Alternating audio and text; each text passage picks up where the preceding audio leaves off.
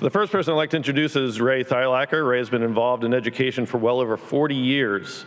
His office is right across the hall from mine at the University of Delaware, and we shared many war stories about teaching in public schools. We both have a history of public school teaching.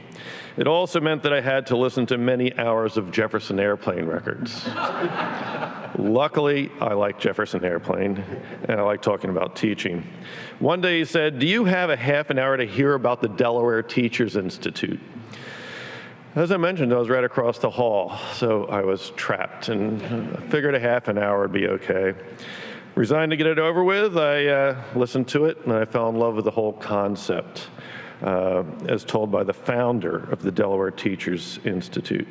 Ray just resigned this past year, and I have the impossible task of following my friend and colleague and mentor. Please welcome Ray Theilacker.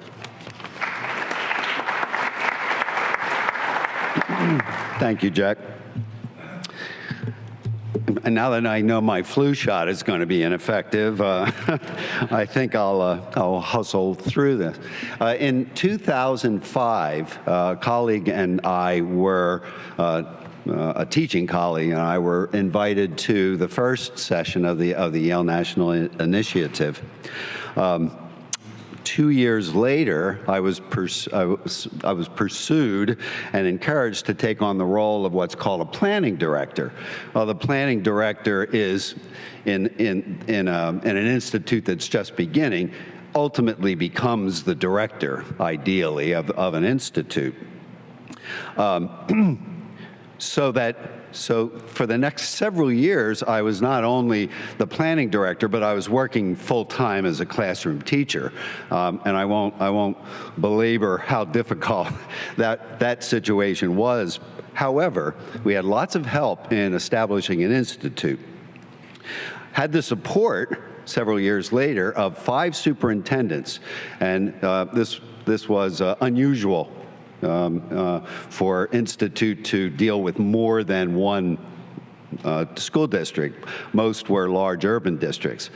And I think there was a lot of angst about whether 5 districts could be balanced and we could pull off the model with that many partners. We did.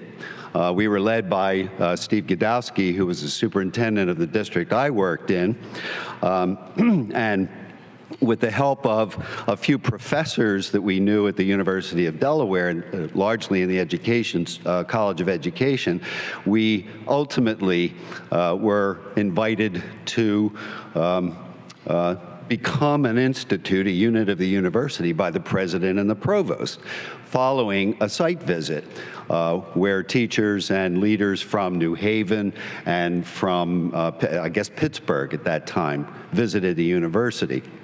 The whole time, our teacher capacity was being built in that teachers were coming to New Haven in the summer for the intensive session. So by the time we became an institute, we had better than 20 teachers involved as fellows. And I'm making a point of that because that's how institutes begin, is grassroots. The UD president and provost, as I said, welcomed us and established an institute, a place for an institute. I retired as a public school teacher and interviewed for and took the role of director in Delaware in 2010. The director position, I should emphasize, in my view, is one of coordinator, ombudsman, and consensus builder. But unlike most executive positions, the director takes his walking orders from the teacher leadership and the faculty advisors. Thank you.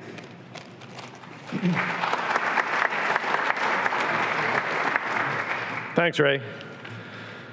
Our next speaker retired as superintendent of the Newcastle County Votech School District in 2011 after 28 years with the district and 40 years as an educator in Delaware. He's been a principal, assistant principal, supervisor at the state level, and a special education teacher. Steve Godowsky was also responsible for bringing together the superintendents of Newcastle County. Ray mentioned his name and he really was the critical person in bringing these superintendents together to unify the districts. He has just been approved, as of this past Wednesday, to serve as the Secretary of Education of Delaware. So it's my great honor to welcome Steve Godowsky.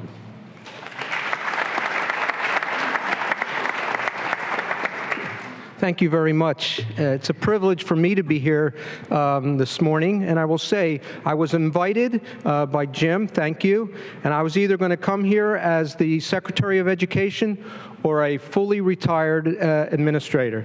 And thankfully, I was confirmed on Wednesday, potential contentious hearing. It turned out great, and I'm in the book as Secretary of Education. Thank you for the confidence. Welcome, everyone. This is full circle for us in Delaware and me personally. I remember in 2005 coming to this event in the fall, in the spring, and hearing about the Institute and their goals. And I thought, and we listened to Philadelphia Institute talk about their model, and we thought that someday, wouldn't it be fantastic for us to replicate that model in Delaware? And lo and behold, we're on the stage today that we have come full circle, and we've got a thriving Delaware Institute that's growing every day. So it's a lot of, we're very proud of those accomplishments. But I will say this, it took us a 6-year journey to go from start to institute. And Jim Vivian with Ray Theilacker said, and you led the way, you had the vision, we didn't have to go fast, take our time, get it right. That was more important than a quick implementation. You don't hear that every day. Again, we appreciate that so much, and it resulted in a strong program. And so I guess in 2010, we were formally named as the new member of the League of Teacher Institutes. It was a complicated process. Ray mentioned 5 school districts, working with a new university, University of Delaware, getting support, funding, et cetera, but it all worked out. And I will say this, one thing, the driving force behind all this was the strength of our participating teachers. They drove the effort, and that's what's so unique about the Yale National Initiative. The teachers have the strongest voice. It is very impressive. So as a superintendent, when we looked at this, Ray mentioned 2 teachers. The truth is, Carrie Riches was the teacher to come to Yale the first time. She did not want to travel by herself. Ray, that's why you came. Ray was a veteran. He had retired from Pennsylvania School District, and he wasn't our first choice. But he came and he fell in love with the process. And it's really a tribute to everything that we do in this regard. When they came back, and then subsequently we had other teachers come back. And again, we didn't take our Teachers of the Year every time. We took a mixed group, high interest, low interest, just curious. And every teacher came back inspired. It was, for me, it was an unbelievable experience to feel that, to see that, to hear their interest. Teacher-led, teacher-inspired. It strengthened our school and the idea of strengthening public schools everywhere, especially in high-need schools. And so for me and others, it was an easy talk with other superintendents when I said this professional learning, this professional development works. It is completely inspiring. And those teachers took different roles in our district, in the state, everywhere, and it was a win-win. So I pushed it, our superintendents and others pushed it, and here we are today. It's stronger than ever. I want to also say, now that I'm at the Department of Education, in our equity plan, we talked about the National Teacher Institute, because it serves teachers with an emphasis in high-need schools. And we were one of the first school states approved with the equity plan. We're proud of that accomplishment. I want to end by saying again that we're thrilled to be here, full circle. We're committed to the effort, and it's amazing how a small number of teachers can accomplish great things. And of course, those numbers have gotten larger and larger. But we started with 2 teachers in Delaware, and look where we are today. Thank you so much. Have a great conference.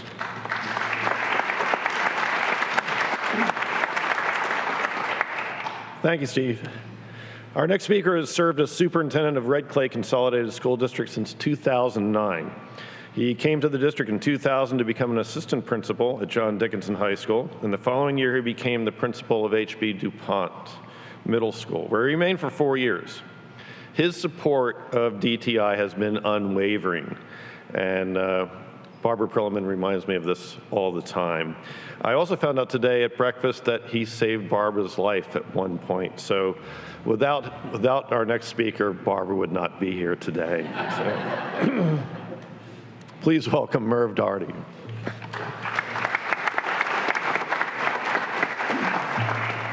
I will pay for that last comment. So, well, as a superintendent, and I know there are several superintendents here, the question I get, and I've been to the Institute 5 times, is, well, how's it work? How do you pay for it? What's the importance? What's the benefit? Why should I do it?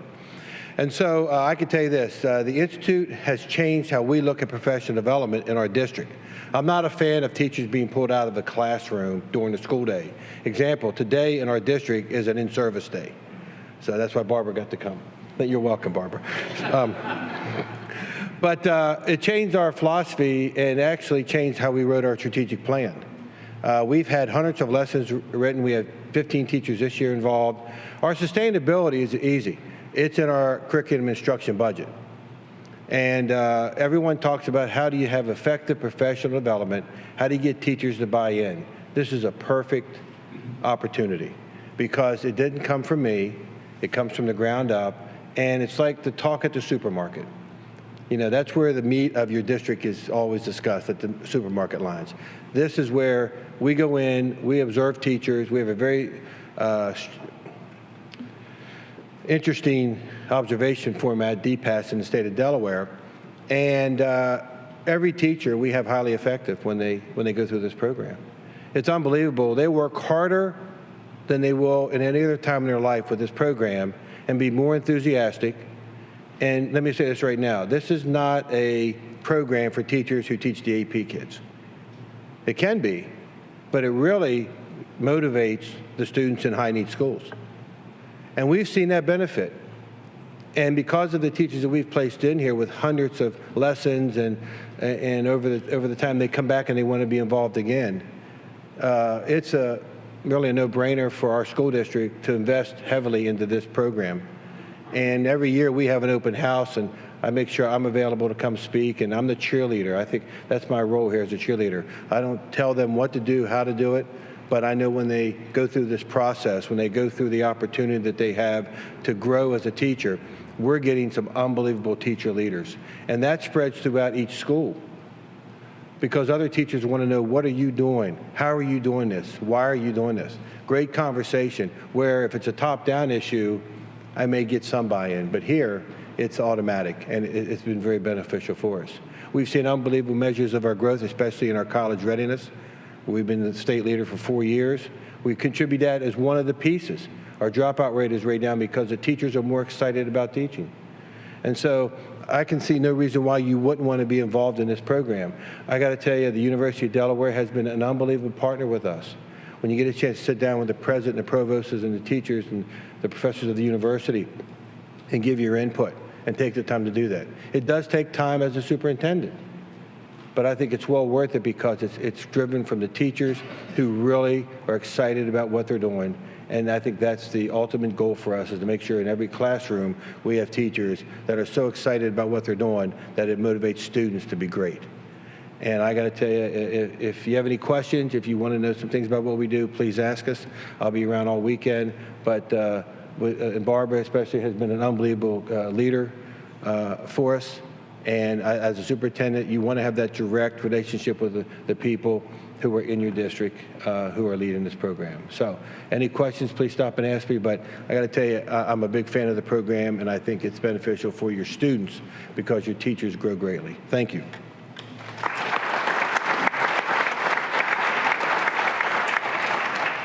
Thanks, Merv. Our next speaker is the Provost of the University of Delaware. Prior to coming to UD, Dr. Grasso was the Vice President of Research and Dean of Graduate College of the University of Vermont. He is the driving force behind Delaware Will Shine. It's the university's strategic plan that includes a strong commitment to the people of Delaware and to the districts surrounding the university itself and throughout the state. So please welcome Domenico Grasso. Thank you, Jack.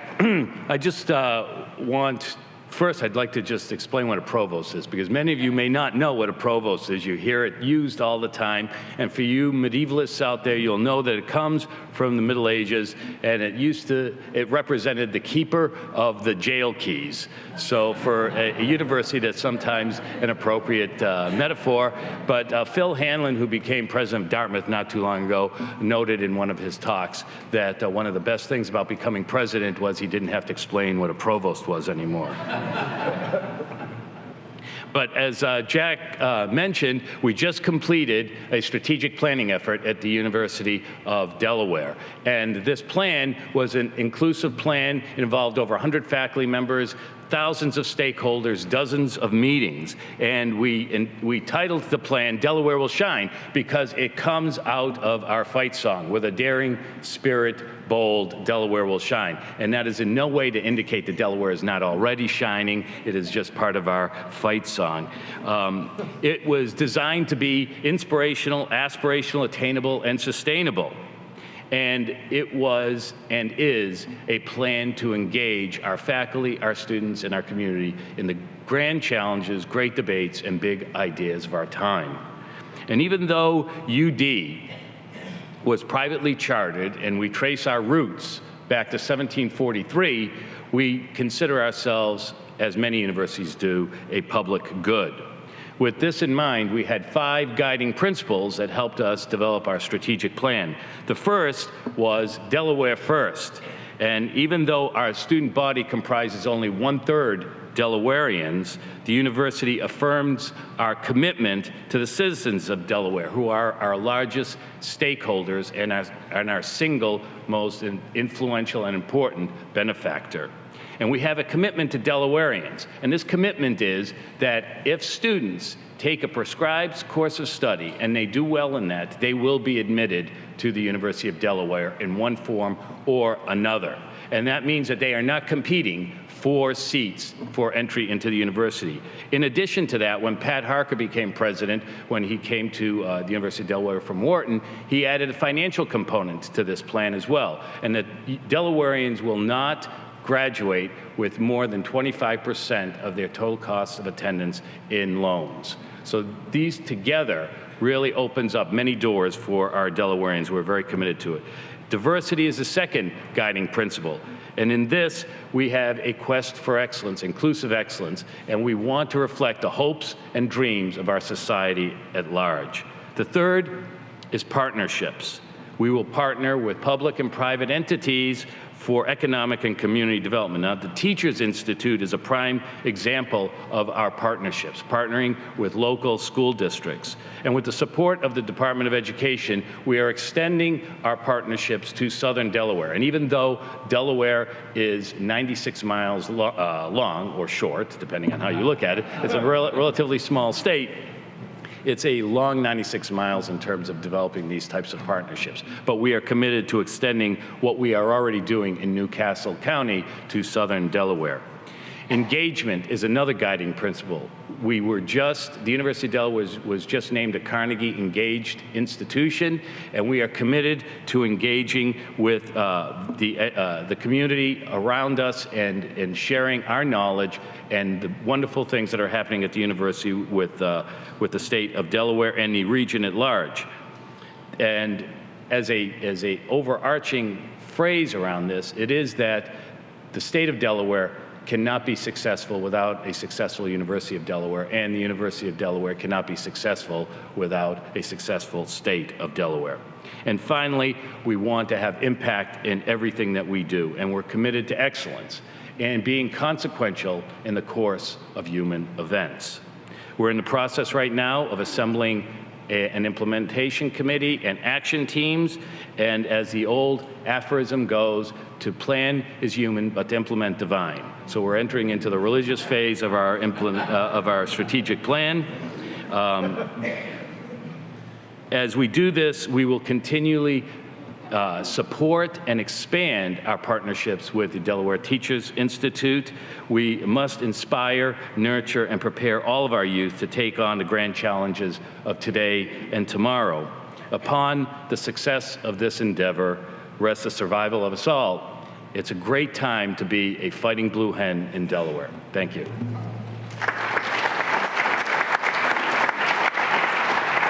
Thank you, Domenico. As the former director of the Associate in Arts program in Delaware, we always viewed ourselves as the poster child of the commitment to Delawareans. So it's with a great deal of pride that I served in that capacity and now serve as interim director here as with DTI.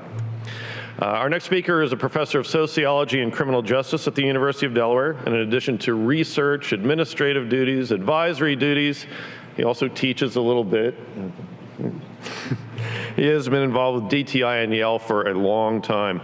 He has been a seminar leader on the local level 3 different times, and I have come to depend upon him to get his opinions about things as problems arise as DTI moves forward. But obviously, I don't need to talk to him very much because problems never arise. Right, Eric? That's correct. Please welcome Eric Rise.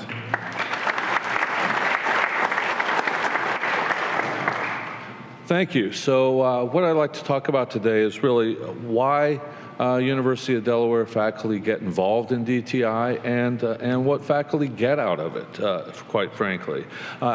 In terms of why we get involved, I think, as educators, we're all interested in the success of public education. Many of us are products of public schools. Many of us have or had children attending Delaware public schools. Many of us are aware of the troubled history of public education in Delaware, dating back at least to the state's role as a litigant in the Brown versus Board of Education case. So we want to do something about public education. We're interested in seeing it improve and succeed, but we're not always sure why. The Delaware Teachers Institute provides a concrete way for us to be involved in the success of public education in Delaware. Also, the Institute model really, I think, appeals to us as academics because of its focus on content knowledge and its research focus. The curriculum units that our fellows produce are very informed, very elaborate. They make intensive use of the library resources at the University of Delaware to create units that really demonstrate and organize and analyze what is the foundational knowledge that they need to teach the topic that they're constructing for their unit. So the model fits faculty priorities. It allows us to get involved in the issues of public education that excite us all. Also, there really is a more utilitarian motive, I think, and certainly what we realize is that in order for many of the initiatives of Delaware Will Shine, many of the initiatives of the commitment to Delawareans to succeed, we're going to need to recruit students from the high-need schools in Delaware. That's going to be particularly important as we try to diversify our student body. And so for us as faculty to have access to teachers in the system, to be able to talk to them about what our expectations are for our students as they enter college, to let them know what they'll need to be college ready, to not just be admitted to college, but to succeed in college is an important responsibility and a tremendous opportunity.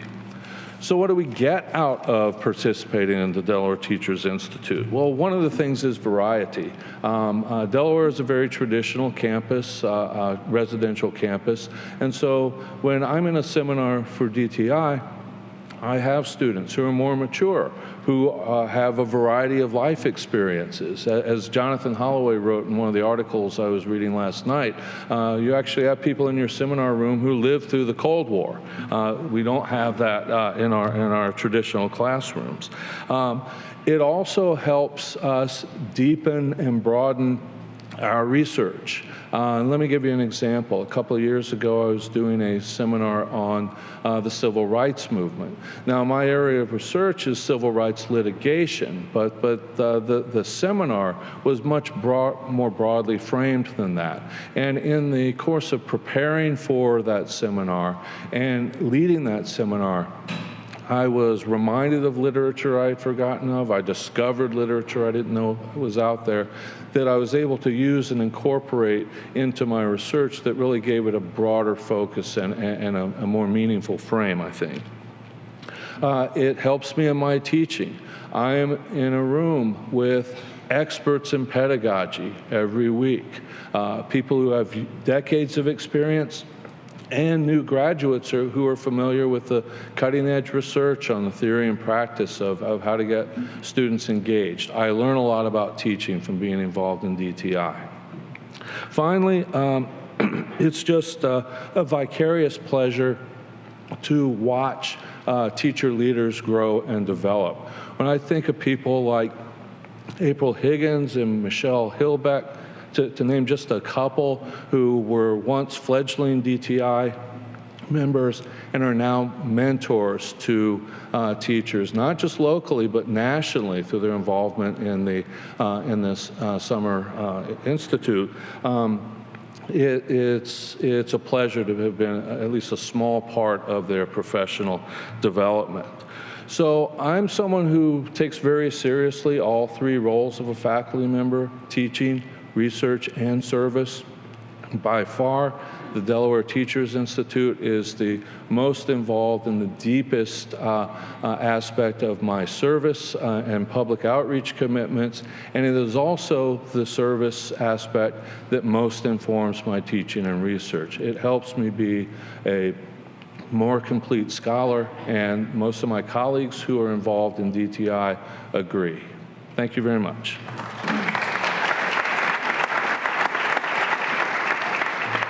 Thanks, Eric. I couldn't agree more. I'm in the middle of my third seminar right now as a seminar leader. As a former high school teacher for 17 years, it's an extraordinary experience. And last year, Michelle, who was called out just then, was my coordinator for my seminar. So I'm glad she's here. We saved the best for last on our panel. She's not looking at me. Barbara has 19 years of teaching experience on our Red Clay Consolidated School District. She has participated in 8 national seminars, 5 local seminars, served as a seminar coordinator many times. She has created units to help English language learners learn how to read Shakespeare, as well as how to do advanced placement school psychology students to read films better. She is the chair of our teacher leadership team. She is the driving force between helping me to get our teachers involved. She is what I count on to get things done in our particular Delaware Teachers Institute. So please welcome Barbara Prillaman.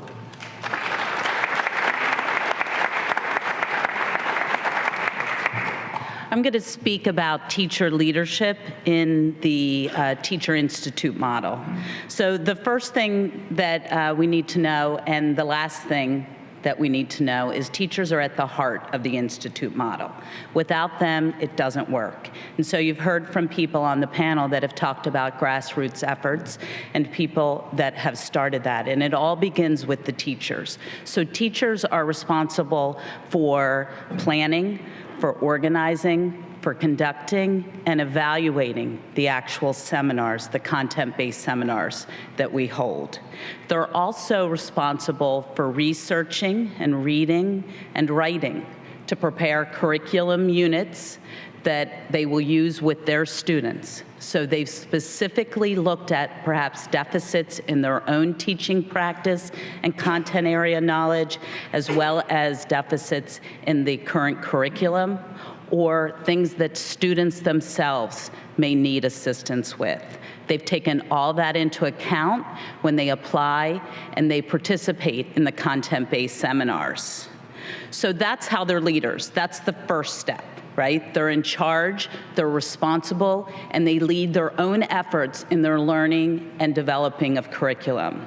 The second level is that they actually participate as a seasoned fellow, meaning they return, so that they've not only participated once in a seminar, they're now back, and they are looking towards helping others. Not just themselves and their learning or their students, but now their colleagues, so that their colleagues now understand what the Teacher Institute model can do for one personally and also professionally, as well as how they help their students. So they're there to mentor. They're there to help people understand, how do you research? Where do you research? How do you use a particular formatting when you're creating your curriculum units? Where are you looking towards in regard to your standards?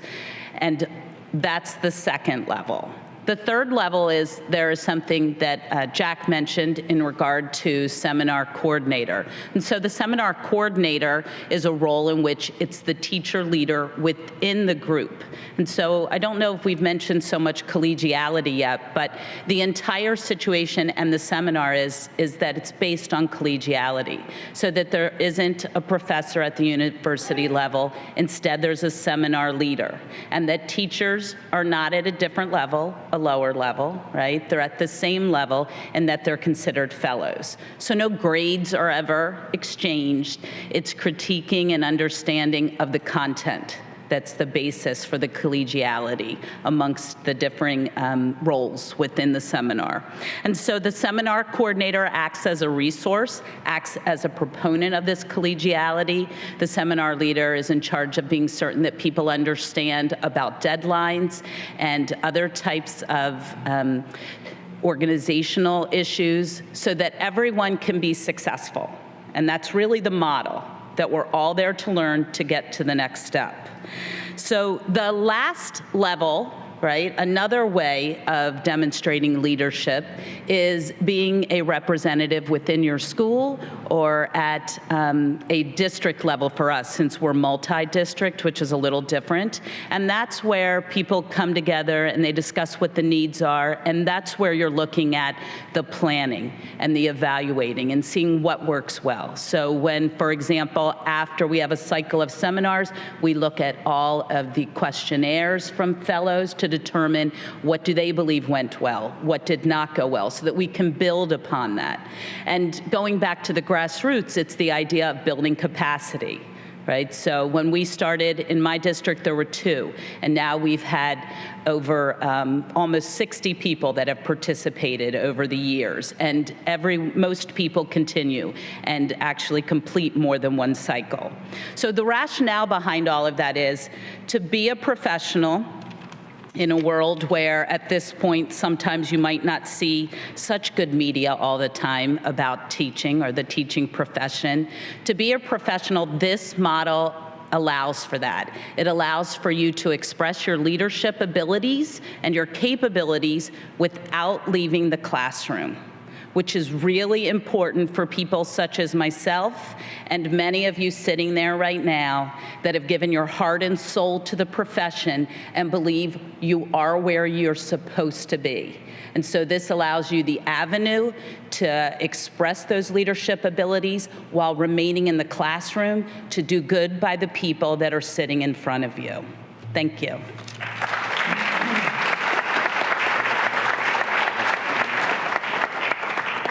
I just want to thank all our panelists for making comments and being part of this today.